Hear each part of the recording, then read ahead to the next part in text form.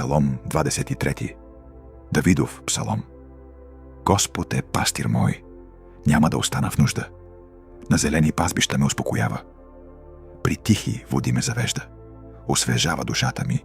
Води ме по прави пътеки заради името си. Да, и в долината на мрачната сянка, ако ходя, няма да се оплаша от зло, защото ти си с мене. Твоят жезъл и твоята тояга, те ме утешават. Приготвяш пред мене трапеза в присъствието на неприятелите ми. Помазал си с миро главата ми. Чашата ми се прелива. Наистина благост и милост ще ме следват през всичките дни на живота ми. И аз ще живея завинаги в дома Господен. Псалом 24. Давидов псалом. Господня е земята и всичко, що има в нея, вселената и тия, които живеят в нея. Защото Той я е основал върху моретата и затвърдил върху водите. Кой ще възлезе на хълма Господен? И кой ще застане на Неговото свето място? Оня, който е с чисти ръце и с непорочно сърце, който не е предал на суета душата си и не се е клел на лъжа. Той ще приеме благословение от Господа и правда от Бога на спасението си. Това е поколението на ония, които го дирят. Ония, които търсят Твоето лице, те са Яков. Села. Издигнете порти, главите си, и бъдете издигнати вие, вечни врати, и ще влезе царят на славата. Кой е тоя цар на славата? Господ могъщият и силният, Господ силният на бой. Издигнете порти главите си, и бъдете издигнати вие, вечни врати, и ще влезе царят на славата. Кой е тоя цар на славата? Господ на силите, Той е царят на славата. Села.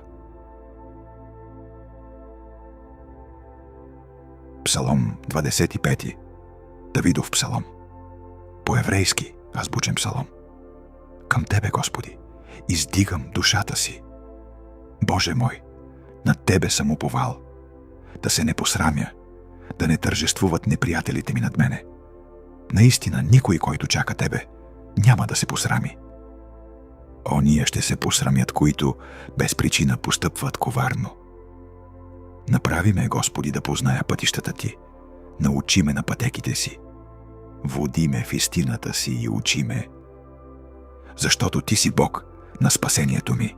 Тебе чакам цял ден.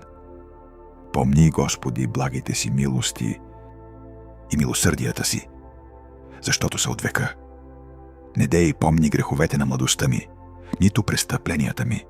Помни ме, Господи, според милосърдието си и заради благостта си.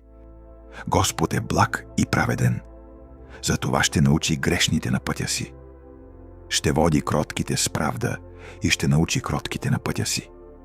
Всичките пътеки на Господа са милосърдие и вярност към ония, които пазят завета Му и изявлението Му. Заради името си, Господи, прости моето беззаконие, защото е голямо. Бои ли се човек от Господа? Него Той ще настави кой път да избере. Душата му ще живее в спокойствие и потомството му ще наследи земята.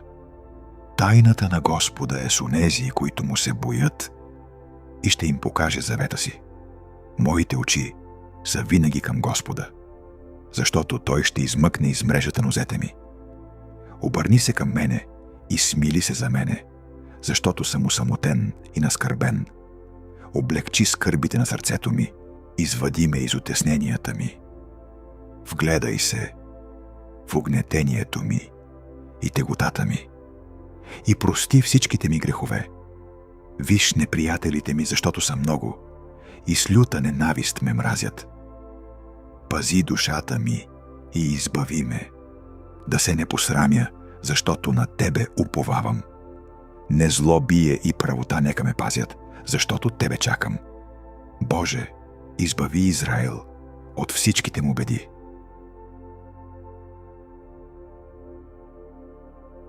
Псалом 26. Давидов псалом.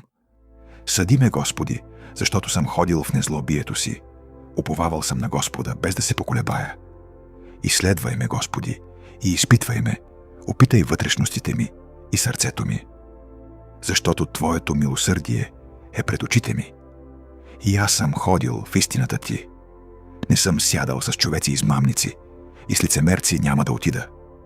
Мразя събранието на злосторниците и с нечестивите няма да седна. Ще измия в невинност ръцете си. Така ще обиколя олтара Ти, Господи, за да възглася с глас на хваление и да разкажа всичките Твои чудесни дела. Господи, любя местопребиванието на Твоя дом и мястото на скинията на славата Ти.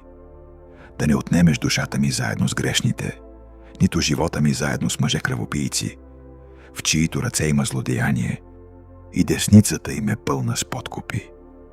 А пък аз ще ходя в незлообието си, изкупи ме и смили се за мене. Ногата ми стои на равно място, в събранията ще благославям Господа.